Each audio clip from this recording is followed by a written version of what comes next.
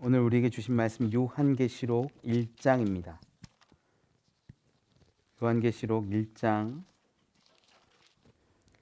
우리 4절로 7절까지 보겠습니다. 요한계시록 1장 4절로 7절의 말씀, 이 성경책 맨 뒤에 있습니다. 요한계시록은 1장 4절로 7절의 말씀 우리 한 절씩 교독하지요. 요한은 아시아에 있는 7 교회에 편지하노니 이제도 계시고 전에도 계셨고 장차 오실 이와 그의 보좌 앞에 있는 7 영과 또 충성된 증인으로 죽은 자들 가운데서 먼저 나시고 땅의 임금들의 머리가 되신 예수 그리스도로 말미암아 은혜와 평강이 너희에게 있기를 원하노라. 우리를 사랑하사 그의 피로 우리 죄에서 우리를 해방하시고 그의 아버지 하나님을 위하여 우리를 나라와 제사장으로 삼으신 그에게 영광과 능력이 세세토록 있기를 원하노라. 아멘.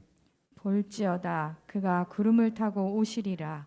각 사람의 눈이 그를 보겠고 그를 찌른 자들도 볼 것이요 땅에 있는 모든 족속이 그로 말미암아 애곡하리니 그러하리라. 아멘. 아멘. 할렐루야. 우리 옆에 있는 분들하고 인사 한번 하시죠. 잘 오셨습니다. 환영합니다. 사랑하고 축복합니다. 독일에 한 청년이 연상의 여인을 사랑했어요. 얼마나 사랑했는지 매일같이 편지를 씁니다. 편지를 한 통 한 통 써서 보낸 그 편지가 10년도 넘게 이어졌고요. 이 편지가 1,500통이 넘었습니다. 아까 일부 예배 때 얘기하니까 반주하던 도우 형제가 우와. 여러분 1,500통 편지 쓸 수 있어요? 어마어마한 분량이죠. 사랑이 참 깊고 깊었음을 가늠할 수 있어요. 그 중에 그 편지 중에 한 통을 제가 좀 소개해 드리려고 해요. 제목이 사랑이라는 제목을 갖고 있어요.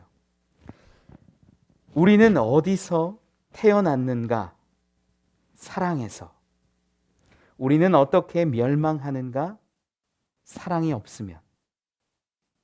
우리는 무엇으로 자기를 이겨내는가?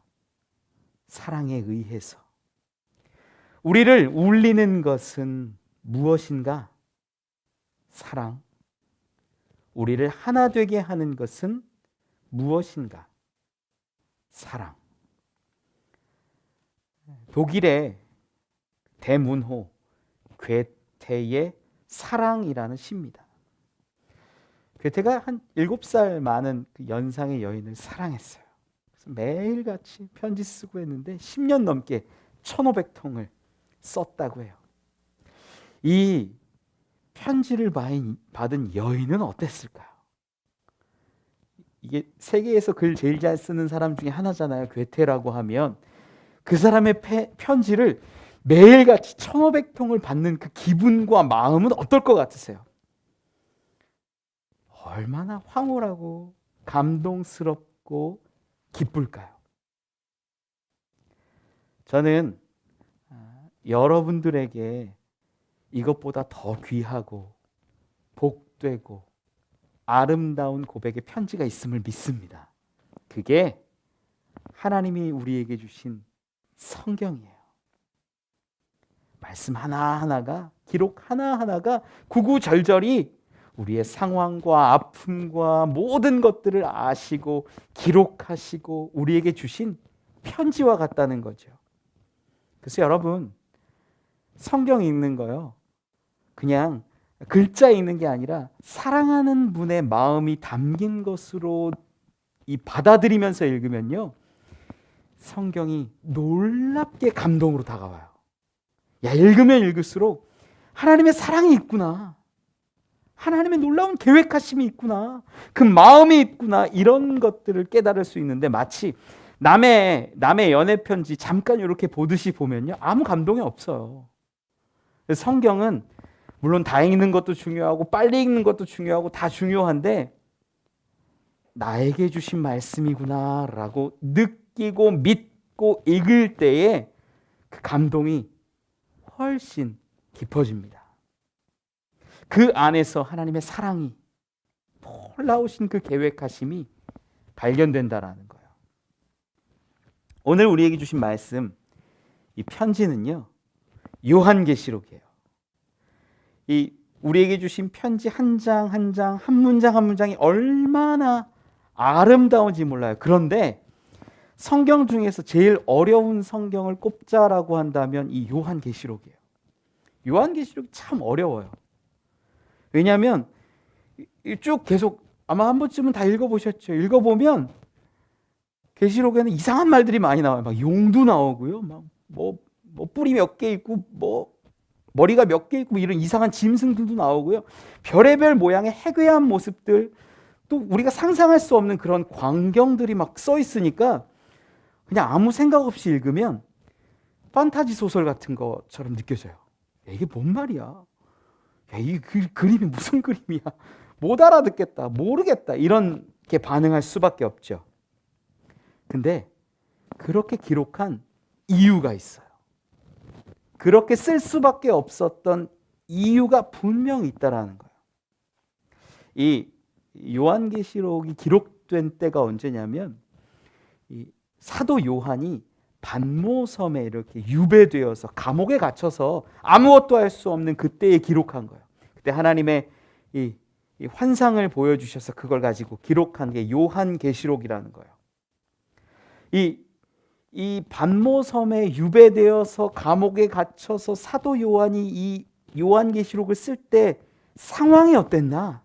이걸 보면 어떻게 이렇게 기록했는지를 알 수가 있죠. 물론 하나님이 환상 가운데 주신 것을 그대로 기록한 거지만 이 환상 가운데 주신 것들도 다 지혜 있게 다 군데군데 만들어서 작업해서 하나님이 보여주신 것이기도 해요. 이때가 기독교가 가장 많이 박해받을 때예요. 가장 많이 박해받아서 위험에 처해 있을 때가 이때였다라는 거예요.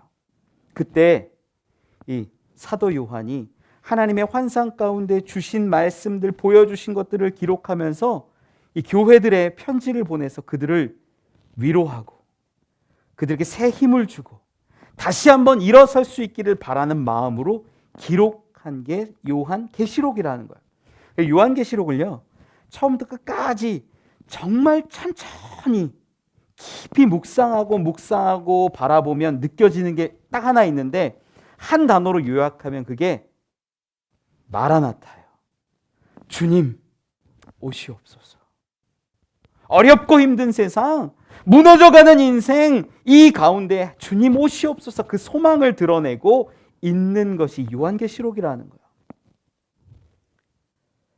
이 얼마나 많이 이 박해를 받았었냐면, 이 기독교가 박해가 본격적으로 시작된 게 네로 황제 때부터인데, 이 대화제가 일어나고 나서 네로 황제가 얼마나 많이 핍박하는지 몰라요. 그런데 그 핍박 가운데 이 네로 황제 다음에 이제 도미티아누스라는 황제가 이 정권을 잡거든요. 이 황제가 자기 우월감에 빠져 사는 사람이에요. 내가 최고인 거예요. 사람들에게 황제 숭배를 강요해요. 황제 숭배라고 해서 그냥 인사하는 정도가 아니라 왕인데, 황제인데 황제로서 끝나는 게 아니라 이 사람은요, 자기가 하나님이라고 생각을 하는 거예요. 야, 너 황제에게 절하는 게 아니라 하나님에게, 신에게, 절대자에게 절하듯이 해 라는 걸 강요해요. 다른 종교 사람들, 뭐 헬라의, 그리스의 이런 종교인들은 뭐 그럴 수 있지. 신이 많거든요. 제우스도 있지, 뭐도 있지 이러니까 그럴 수 있어. 신전도 여러 개 있어. 뭐 황제도 신인가 보지. 절할 수 있는데 기독교인들은 그게 안 되는 거예요. 오직 유일하신 하나님, 그분을 인정하고 고백해야 되는데 황제를 바라보면서 신이라고 고백할 수가 없는 거예요. 황제 숭배 사상 가운데서 어떻게 했을까요? 반대해요. 그러면 어떻게 했냐? 이 도미티아누스는 재산을 몰수합니다. 가지고 있는 모든 걸 뺏어요, 그냥. 그리고 그 당시 이제 상업 활동을 하려면 길드라는 게 있어요. 길드에 소속돼야지만 물건을 사기도 하고 팔기도 하고 여러 가지 활동들을 하는데 그걸 막아버려요. 황제 숭배를 안 하는 자가 무슨 상업적인 활동을 다 막아버리니까 이때 기독교인들 다 어땠냐면요. 다 가난했어요. 다 먹을 게 없었어요. 다 굶어 죽어가는 처지였어요. 얼마나 극심한 박해가 있었는지 우리가 상상이 가세요? 조금 재산 있는 거 다 몰수당하고요. 다 빼앗기고요. 먹을 것도 없고 어떻게 살아갈지 소망이 없고 희망이 없고 절망스러운 상태가 이 당시 상황이었다라는 거예요. 그때 반모섬에 있었던 사도 요한이 편지를 쓰는 거예요. 환상 가운데 이제 아시아에 저 교회들에게 편지를 보내야겠는데 그 마음이 어땠을까요? 두렵고 떨렸을 거예요. 무서워서가 아니라 잘못하면 주님의 핏값으로 세우신 이 교회가 무너질 수 있겠다라는 두려움도 아마 있었을 거예요. 저들을 위로했으면 좋겠다. 세임을 받았으면 좋겠다라는 마음으로 주님이 주시는 환상 가운데 그는 기록해 나갑니다. 그렇게 기록해서 보내는 거예요. 그 편지가 요한계시록이에요. 그런데 우리나라 옛날에 그 일제 강점기 때 어떤 일들이 있었냐면 교회 안에 교회에서 예배를 드리다가도 신사참배를 했어야 돼요. 신사참배를 안 하면 목사님 끌려가는 겁니다. 그래서 맨 뒤에 순사가 한 명씩 두 명씩 와 있어요. 그래서 목사님이 그 일본에게 좀 불합리한 얘기들을 한다 그러면 바로 잡아가는 거예요. 그런 역사가 실제로 이제 우리나라 가운데 있었거든요. 그때랑 비슷해요. 야, 황제에 대해서 이상한 말에 붙잡아가요. 죽이는 거 일도 아니에요. 죽일 때는 그냥 죽이지도 않아요. 이 원형 경기장 같은 곳에다가 몰아넣어가지고 이 맹수랑 싸우게 합니다.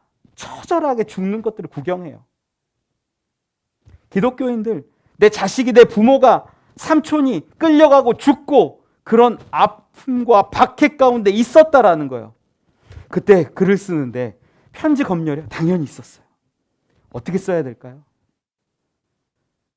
이때 쓰는 글들이 그래서 기독교인들은 알고 서로 이해할 수 있고, 하지만 로마 사람들은 딱 봐서는 모를 수 있는 그러한 단어들을 선택할 때가 많았다라는 거예요.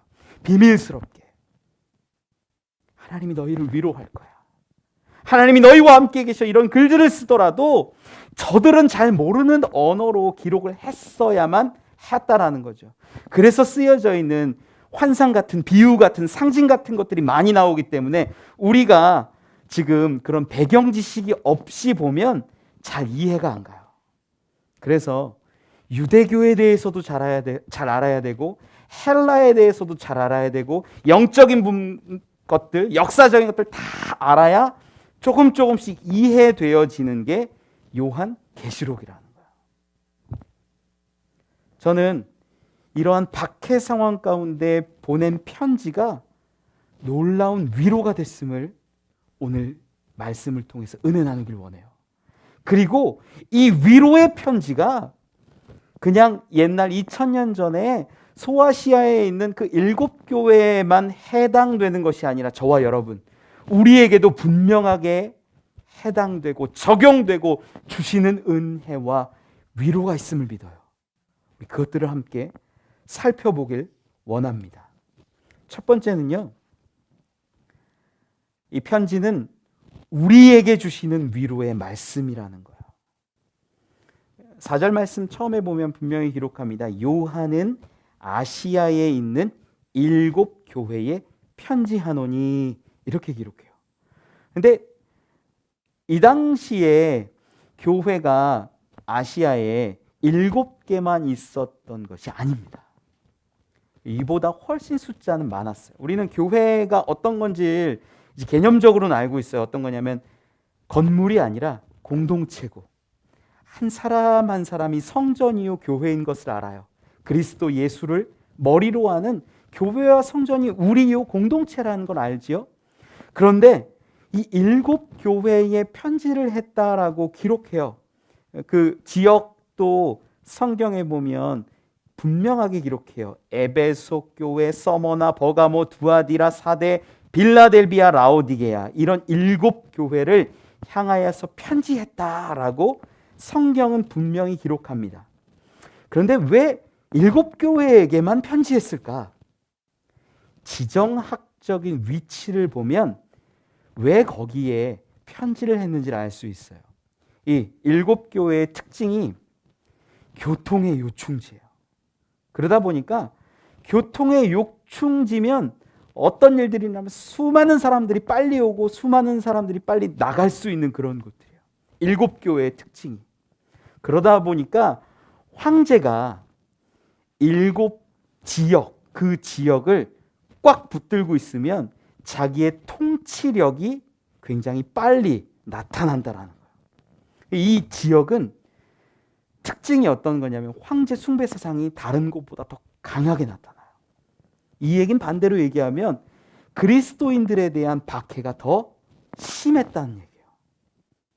황제를 더 숭배하니까.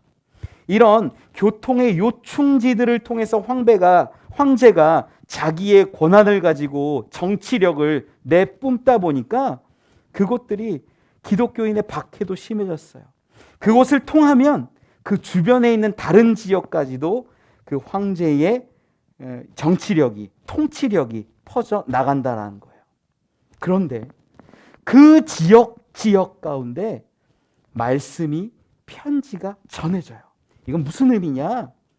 7교회에만 하나님의 말씀이, 편지가 들어가는 것이 아니라 그곳들을 통해서 또한 그 주변에, 그 지역 가운데 말씀이 하나하나 들어가고 심기워지기를 바랬다는 것을 우리가 알 수 있어요. 이런 형식의 편지를 회람이라고 해요. 회람. 돌려서 보는 거예요. 편지를 이 교회에 주면 이 교회 사람들이 읽고 위로받고 힘을 얻고 회복한 다음에 옆에 있는 마을, 교회에 줍니다. 몰래 갖다 주죠. 그것도 보고 또 위로받고 힘을 얻고 새롭게 회복하는 겁니다. 이 말씀이, 요한계시록이 그렇게 7교회에만 준 것이 아니라 그 7교회를 통해서 수많은 그 지역들의 교회, 그리고 또한 이것들이 확장되면 지금 저와 여러분, 우리에게도 동일하게 주시는 하나님의 말씀과 은혜가 된다라는 거예요. 그냥 7교회만 준 것이 아니라 그 교회들을 통해 온 땅에 하나님의 말씀이, 위로가, 계획이 세워지기를 원했다는 거예요. 이 7교회를 통해서 우리에게도, 지금 이 자리에도 계신 여러분들에게 하나님의 위로가, 하나님의 은혜가 있기를 원합니다. 오늘 이 말씀 가운데 가만히 보면 아주 신기하고 재미난 말씀이 하나 있어요. 어떤 거냐면 이 4절 중반부터 5절 중반에 이르는 말씀인데요. 4절 중반부터 보면 이렇게 기록해요. 이제도 계시고 전에도 계셨고 장차 오실 이와 그의 보좌 앞에 있는 7 영과 또 충성된 증인으로 죽은 자들 가운데서 먼저 나시고 땅의 임금들의 머리가 되신 예수 그리스도로 말미암아 은혜와 평강이 너희에게 있기를 원하노라. 이 편지글에 주로 나오는 형식인데요. 야, 내가 누구야? 나는 요한이야. 내가 보내. 어디에 보내? 7교회에 보내. 그리고 인사말 같이 나오는 거예요. 새 존재가 등장합니다. 오늘 본문에는 어떤 존재냐면 분명히 기록하기를 이제도 계시고 전에도 계시고 장차 오실 이, 그리고 두 번째가 그의 보좌 앞에 있는 7 영, 그리고 세 번째가 충성된 증인으로 죽은 자들 가운데서 먼저 나시고 땅의 임금들의 머리가 되신 예수 그리스도. 예수님은 분명하게 좀 알겠는데 이 앞에 두 존재가 있어요. 이 세 존재로 인하여서 말미암아 은혜와 평강이 너에게 있을지어다. 이렇게 권면하고 축복하고 인사하는 거예요. 근데 이 장면을 가만히 보면 편지글에서 보이는 인사말인데 이 바울이 썼던 편지의 모습과는 사뭇 달라요. 바울은 로마서 1장 7절이나 고린도전서 1장 3절, 빌립보서 1장 2절에 보면 어떻게 기록하냐면 하나님 우리 아버지와 주 예수 그리스도로부터 은혜와 평강이 너희에게 있을지어다. 이런 식으로 많이 써요. 두 존재가 나와요. 하나님 우리 아버지, 예수 그리스도. 근데 오늘 본문은 몇 개가 나온다고요? 세 존재가 나와요. 이게 바울의 편지와는 사뭇 다른 고백과 표현이라는 거죠. 이 세 존재가 누구냐, 이게 굉장히 중요해요.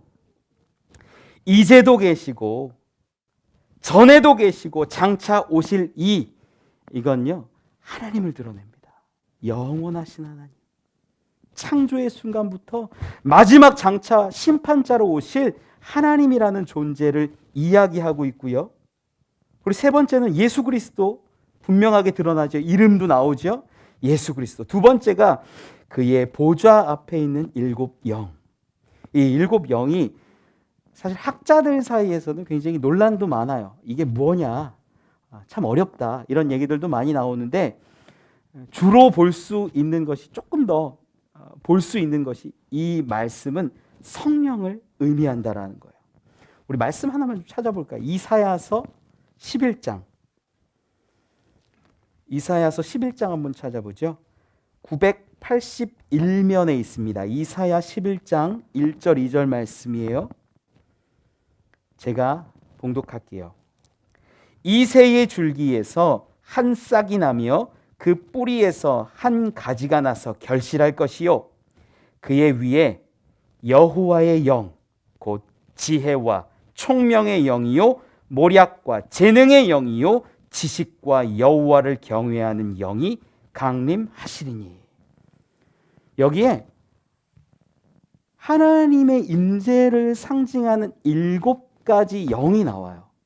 여호와의 영이 나오고, 지혜의 영, 총명의 영, 모략의 영, 재능의 영, 지식의 영, 여호와를 경외하는 영이라고 7영이 기록이 되어 있어요. 이걸 뭐냐면 하나님이 역사하시는, 하나님이 일하시는 방식 중에 하나라는 거예요. 그래서 우리는 주로 이 7영을 볼 때 성령의 역사구나, 성령의 일하심이구나, 이렇게 알 수 있지요. 스가랴 4장에도 이러한 기록들이, 영에 대한 기록들이 하나님의 눈으로 기록되어 있는 것을 볼 수 있어요. 그리고 세 번째 존재가 예수 그리스도. 가만히 보세요. 바울의 편지에는 하나님과 예수 그리스도의 이름으로 은혜와 평강을 전하는데, 지금 요한계시록에서는요 하나님으로부터, 예수님으로부터, 성령님으로부터 너희에게 은혜와 평강이 있기를 원한다라고 말해요. 이것이 또 7영이 성령에 가깝게 볼 수 있는 것이, 지금 은혜와 평강을 구하는데 예수님과 거의 동격으로 얘기하고 있잖아요. 예수 그리스도와. 누구겠냐, 어떤 분은 천사라고 보는 분들도 있어요, 학자 중에는. 그런데 천사보다 훨씬 귀하고 큰 존재임을 우리는 짐작할 수는 있어요. 예수님하고 같이 동급으로 쓰이고 있으니까. 이 말씀, 하나님, 예수님, 성령님께서 너희 가운데 은혜와 평강 주시기를 원한다라고 말씀한다면, 이건요 놀라운 고백이에요. 과거에는 하나님과 예수님의 이름으로 너희에게 은혜와 평강을 구한다라고 말했지만, 지금 하나님의 이름으로, 예수님의 이름으로, 성령님의 이름으로, 그의 능력으로 너희에게 은혜와 평강이 있기를 원한다라고 말한다라는 건 그 시대, 그 상황을 바라보면 어마어마한 일이에요. 제가 어떤 역사를 어떻게 얘기 드렸어요? 지금 죽어가는 거예요.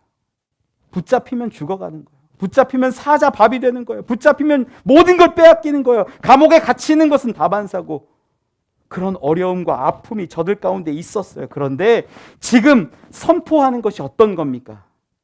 하나님이, 성령님이, 예수님이 너희 가운데 은혜와 평강 주시기를 원한다.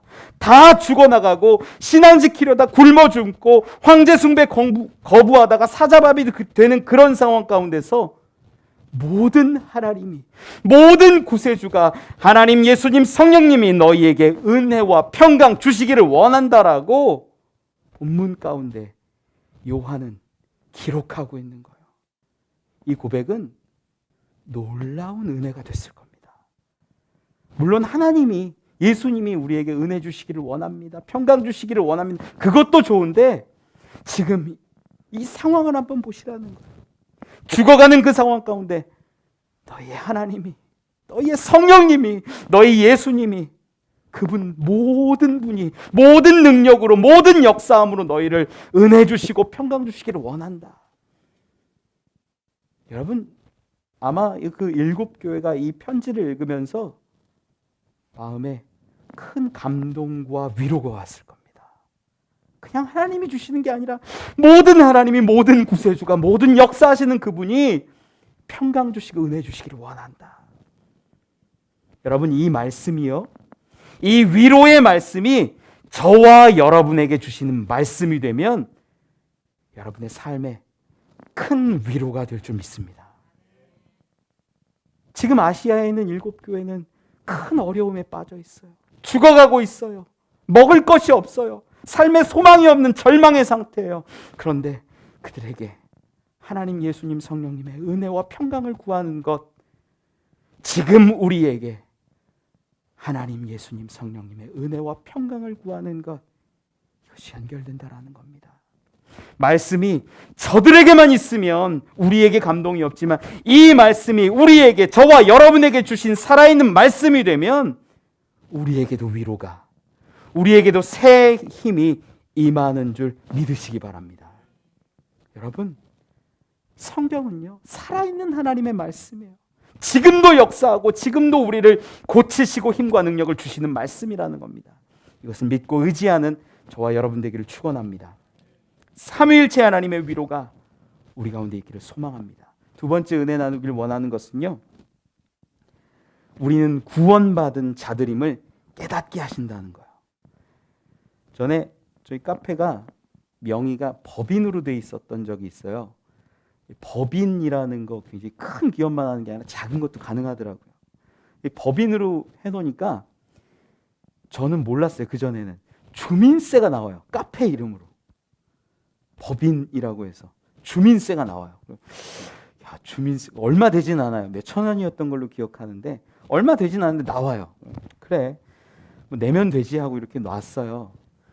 근데 며칠 지나고 이제 내야 되는데 보는데 고지서가 어디 있는지 모르겠는 거야. 야, 어딨지 찾다가 못 찾아서 하루 이틀 지나고 정리하다가 고지서를 찾은 거야. 근데 하루인가 이틀인가 지난 거예요. 납기 일로부터. 그럼 뭐가 붙어요? 연체료가 붙어요. 연체료 몇백 원 붙은 것 같아요. 그게 그렇게 아깝더라고요. 저는요. 몇백 원 내라는 게, 이거, 야, 받자마자 냈으면 안 내도 될 거, 이거, 야, 이것도 귀한 다 돈인데 안타깝더라고요. 날짜가 지나가 버리면 연체료 몇백 원이라도 내라 그러면 내야 돼요. 여러분, 고지서 하나만 잘못 이해하고 받지 않아도 대가를 치러요. 여러분, 우리에게 주신 성경 말씀, 우리에게 주신 은혜의 말씀, 구원의 말씀들이 있는데 여기 있는 말씀들을 얼마나 아냐라는 거예요.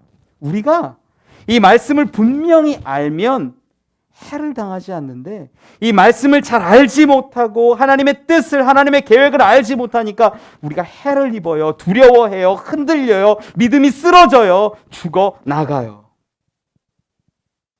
여러분, 오늘 본문 가운데요, 놀라운 말씀이 또한 기록되어 있어요. 5절 이하에 이렇게 기록해요. 우리를 사랑하사 그의 피로 우리 죄에서 우리를 해방하시고 그의 아버지 하나님을 위하여 우리를 나라와 제사장으로 삼으신 그에게 영광과 능력이 세세토록 있기를 원하노라. 아멘. 이 편지를 쓴 사람 요한, 편지를 받는 사람 7교회, 이런 것들이 기록되어 있고, 기원에 대해서도 성부 하나님, 성자 예수님, 성령님께서 주시는 은혜와 평강이 너에게 있기를 원한다 라는 말씀과 함께 더불어서 너희들의 모습, 7교회의 모습, 성도들의 모습에 대해서 5절 중반 이하에 기록했는데, 그것들이 어떤 거냐면 그의 피로 우리 죄에서 우리를 해방하시고 그 아버지 하나님을 위하여 우리를 나라로 삼으시고 제사장으로 삼으셨다라고 성경에 분명히 기록해요. 우리가 이 내용을 너무나 분명하게 알고 있어야 돼요. 특별히 어떤 사람들에게 지금 죽어가고 있고 핍박받고 있고 먹을 것 없어서 굶어 있고 아무 소망과 희망이 없는 저들이 알아야 하는 내용이 지금 이 죄에서 우리를 해방하신 것, 우리를 나라 삼으신 것, 우리를 제사장 삼으신 것이라는 거예요. 여러분, 이것이 비단 7교회에게만 주신 말씀이 아니라 저와 여러분에게 소망 없고 살아가기 너무나 힘든 우리들에게 주신 말씀을 믿으시기 바랍니다.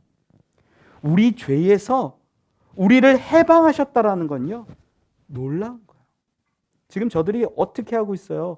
지금 초대교회들이 살아갈 때마다 붙잡히는 거예요. 고백할 때마다 붙잡혀서 모든 걸 빼앗기고 죽어가는 거예요. 지금 심지어 사도 요한도 반모섬에 갇혀가지고 유배된 채로 글 쓰고 있는 거예요. 하지만 하나님께서, 우리 주 예수 그리스도께서 죄로부터 우리를 해방하셨다.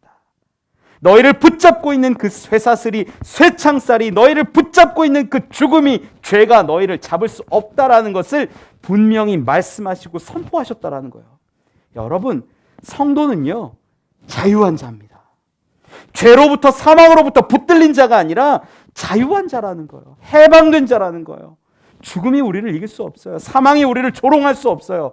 우리는 승리한 예수 그리스도, 그분으로 인하여 자유하고 해방한 자가 됨을 믿으시기 바랍니다. 이게 성도의 모습이에요. 나라라는 건 뭡니까? 하나님의 나라 세우셨다라는 건요, 하나님의 나라로 삼으셨다라는 건 하나님이 통치하시고 돌보신다라는 거예요. 우리가 하나님의 나라가 됩니다. 지금 로마라는 나라 가운데 붙잡혀 있고 그곳에서 핍박받고 있고 억압받고 있고 죽어가고 있지만 너희의 소망이 거기 있지 않다라고 말씀하는 거예요. 너희의 나라는 그런 로마 같은 나라가 아니야. 이 세상의 나라가 아니야. 하나님 나라야. 하나님이 나라 삼으셨어. 너희는 하나님이 돌보시고 통치하실 거야. 사랑하셔. 하나님이 구원하실 거야. 라는 말씀이 그 가운데 우리의 존재의 고백으로 들어있다라는 거예요. 세 번째, 제사장은 뭡니까? 제사장은요, 죽어가는 그 상황에서도 제사장 삼으셨다라는 건 너무나 어려운 말씀이에요. 제사장이 뭡니까? 죄 지은 사람과 하나님을 화해시키는 자가 제사장이에요. 지금 제코가 석자예요. 그리스도인들은, 초대교회들은요, 내가 죽어가고 있고 내가 핍박받고 있고 살 소망이 없는 그런 사람들인데, 그런 사람들에게 지금 자기도 붙잡혀 있으면서 기록하고 있는 것이 하나님이 너희를 제사장 삼았다 그래요. 여러분, 제사장은 세상 사람들과 하나님을 화해시키는 존재여야만 합니다. 그런데 우리 교회 다니는 사람들 어때요? 지금 한국 교회에 있는 분들 보면 신앙은 있어요. 내 믿음은 있어요. 그런데 제사장 일은 안 하려고요. 세상에 나가서 세상 사람들과 하나님을 화해시키고 복음을 전하는 그 일을 감당하지 않으려고 해요. 야, 주님이 오시면, 재림하시면, 그래, 나는 믿으니까 난 구원받고 난 천국 가고 난 하나님 나라 천국 잔치에 참여할 거야 라고 말은 하는데 제사장의 일은 감당하지 않아요. 여러분, 지금 사도 요한이 누구에게 말하고 있어요? 누구에게 제사장 삼았다라고 선포하고 있어요? 죽어가는 저들에게, 핍박받고 있고 아무 소망 없는 저들에게 너희가 하나님의 제사장이야 라고 말하고 있다는 거예요. 여러분들이 삶에서 너무 어렵다라는 거 알아요. 힘들다는 거 알아요. 인생의 덧없음, 아무리 노력해도 되지 않는 것들 알아요. 그런데 여러분들은 하나님이 삼으신 제사장인 줄 믿으시기 바랍니다. 여러분, 이 말씀이 얼마나 큰 도전이 되어야 하는지 몰라요. 우리는 이 땅 가운데 그리스도인으로 살면서 제사장의 일은 자꾸 거부합니다. 외면합니다. 멀리합니다. 뒷짐만 지고서 구경하는 사람들이 얼마나 많은지 몰라요. 희생을 싫어합니다. 아까 일제강점기 말씀드렸는데요. 여러분, 일제강점기 때 정말 어려운 문제가 교회 앞에 딱 닥치면 교회가 어떻게 되는 줄 아세요? 딱 세 가지로 나뉘어요. 하나는 교회를 떠나는 겁니다. 아주 간단해요. 야, 교회를 핍박해. 뭘 그렇게 힘들게 하면서 죽어가면서 믿어? 교회 떠나면 돼. 아주 간단해요. 두 번째는 뭐가 있는 줄 아세요? 두 번째는 이 당시에도 그랬어요. 이 당시 실제로 로마 시대에도 황제를 숭배하고 우리 예배 드리자. 야, 그럼 황제 숭배하고 예배 드리면 되지 뭐. 까짓거. 잠깐이잖아. 일제강점기 때 우리 감리교도 신사 참배했어요. 그 지금까지 회개하고 있지 않습니까? 그거 정말 잘못한 것 아닙니까? 세상의 문화와 하나님을 교묘하게 섞어가지고 내 마음대로 믿고 내 마음대로 고백하는 사람들이 이 교회 가운데 있었다라는 거예요. 지금 우리도 마찬가지예요. 어려움이 닥치잖아요. 문제가 다가오잖아요. 물질의 문제, 건강의 문제, 수많은 문제가 다가올 때마다 우리 어떻게 하는 줄 아세요? 하나님 떠나가거나 적당하게 타협해요. 그래, 하나님 믿는데 그래, 물질 중요하지. 우상 섬기듯 섬겨요. 그래, 하나님 믿고 의지하는데 야, 권력이 중요하지. 사람 관계가 중요해. 야, 주일인데 이 일도 하고 저 일도 하고 사람도 만나야 되고 뭐 또 해야 되고 돈도 벌어야 되고 적당히 타협하면서 그렇게 신앙 생활하는 분들 많아요. 세 번째는 어떤 사람들이 있는 줄 아세요? 세 번째는요, 죽으면 죽으리이다 하고 내 목숨 내놓는 사람들이 있어요. 초대교회가 왜 그때 얼마나 큰 능력이 있었는 줄 아세요? 내 목숨을 버리면서까지 신앙을 붙잡았기 때문에 저들이 살았고 그 복음이 여기까지, 그 제사장의 일들이 여기까지 이어져 왔다라는 겁니다. 여러분, 초대교회요, 우리보다 훨씬 힘들었어요. 우리보다 소망이 없었어요. 절망의 상황이었어요. 그런데 저들은 목숨을 던져서라도 믿음, 복음 붙잡았다라는 거예요. 그런데 우리는 어때요? 여러분들 예수님 떠나시렵니까? 여러분 타협하시면서 신앙생활 하시렵니까? 지금 수많은 사람들이 한국 교회가 그러해요. 그런데 여러분, 본분을 회복하시길 바랍니다. 그 어려운 사람들에게 갇혀있는 요한이 말하기를 너희는 죄로부터 해방된 자들이야. 너희는 하나님의 나라야. 너희가 하나님의 제사장이야. 선포하고 있지 않습니까? 여러분, 이 말씀이 우리의 본질을 드러낼 수 있기를 원합니다. 우리는요, 세상에 붙들린 자들이 아니에요. 죄와 사망에 갇힌 자들이 아니에요. 우리는 하나님이 돌보신 하나님의 나라예요. 우리는 하나님과 세상을 이어주는 제사장의 일을 감당해야 하는 거룩한 성도입니다. 그럼 그것들을 잊어버리면 대가를 치러요. 그것들을 회복하면 우리가 승리하고 이겨내는 줄 믿습니다. 세 번째 은혜 나누기를 원하는 것은요, 주님이 분명히 확실히 오신다라는 거예요. 본문 7절에 보면 7절에 다 같이 한번 읽어볼까요? 시작.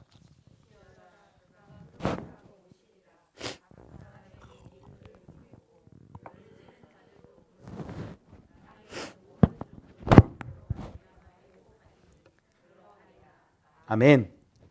그러하리라. 아멘. 이 말씀이 이 헬라어로는 나이라고 해요. 나이.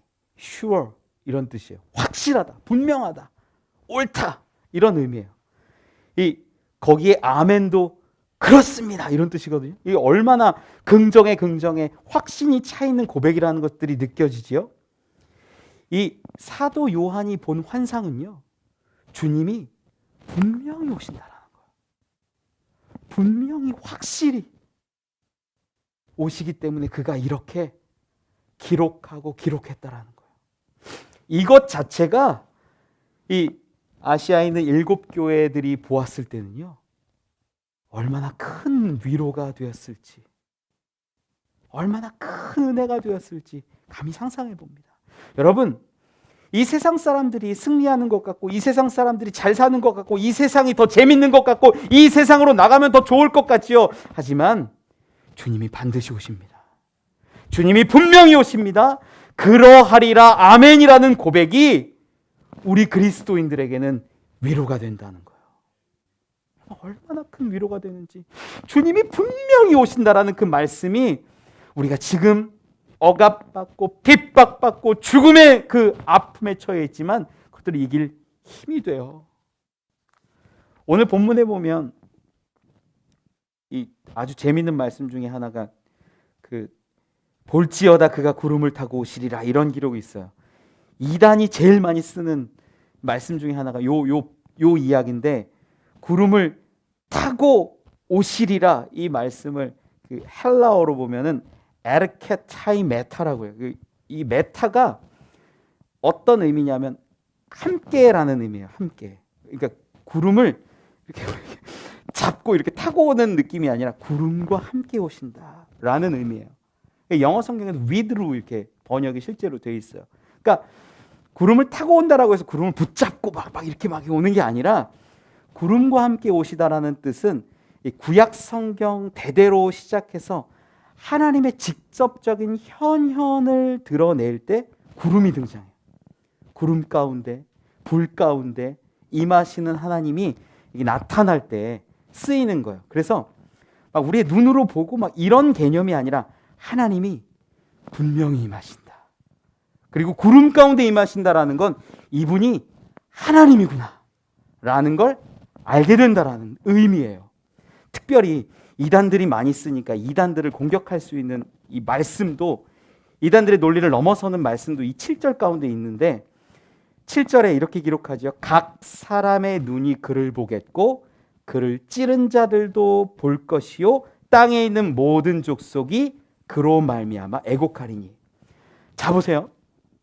예수님이 재림하시고 임하시는 순간, 메시아가 오시는 그 순간은 구름과 함께 구름을 타고 오시기 때문에 모든 사람이 알게 된다는 거예요. 모든 사람이 알게 되는데 어떤 자들이 아냐면 각 사람의 눈이 그를 보겠고 그렇게요. 그리고 뒤에 보면 모든 족속이 그로 말미암아 애곡하리니. 모든 사람, 남자나 여자나 권세 있는 자나 종이나 지식이 있는 자나 없는 자나 모든 민족 각 사람들의 눈이 그를 보고 깨달아 한다는 거예요. 야, 이분이 메시아구나. 야, 이분이 재림주구나라는 걸 모두가 다 알게 된다라는 거예요. 그런데 지금 이단들이 하는 거 보면 자기네들만 알아요. 자기네들만 이분이 메시아구나라고 얘기해요. 아무도 메시아라고 얘기 안 해요. 성경을 가만히 보면 이 7절 끝에 보면 모든 족속이 그로 말미암아 애곡하리니라고 기록하잖아요. 이 애곡이라는 단어도 어떤 거냐면 코프손타이라고 헬라어로 기록하는데 이게 친다는 거예요. 친다. 땅을 치며 후회를 하든 가슴을 치며 회개를 하든 나를 막 때리면서 뭘 하든 애곡한다라는 게 하나님이 진짜 왔구나. 이 세상 끝이구나. 이런 후회의 고백일 수도 있고 믿었던 사람 가운데 내가 진짜 믿었었는데 제가 잘못한 거 혹시 있지 않나요? 라고 말하는 그런 애곡일 수도 있고 회개의 고백일 수도 있고 어떤 건지는 알 수 없어요. 그런데 모든 민족, 모든 족속, 각 사람이 메시아를 보고 깨닫게 되는 게 뭐냐면 진짜 왔구나. 어떤 사람은 회개하고 어떤 사람은 망했구나 하고 어떤 사람은 잘 믿는 사람 할렐루야 하겠죠. 애곡한다라는 그 기록이 메시아가 진짜 오면요 모두가 다 알게 되고 애곡을 해야 돼요. 이단 그 뭐 이렇게 신천지 그 총회장님들 보면 여러분 애곡하세요? 안타까우세요? 저분이 메시아인데 내가 안 믿어서 어떡하냐 그러세요? 안 그러잖아요. 이 말씀 한 절만 잘 읽어도 그분이 메시아가 아니라는 걸 우리는 분명하게 알아요.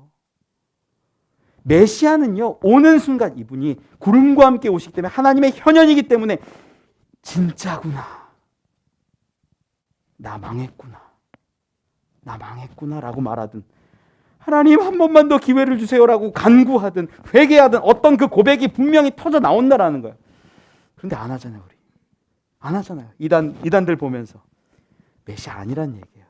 아주 간단하지 않습니까? 메시아가 진짜 오면요 모든 족속이 애곡해요. 가슴을 치며 통탄하고 후회하고 회개함이 있다라는 거예요. 아니잖아요. 이 말씀 기억하면 좋겠고요.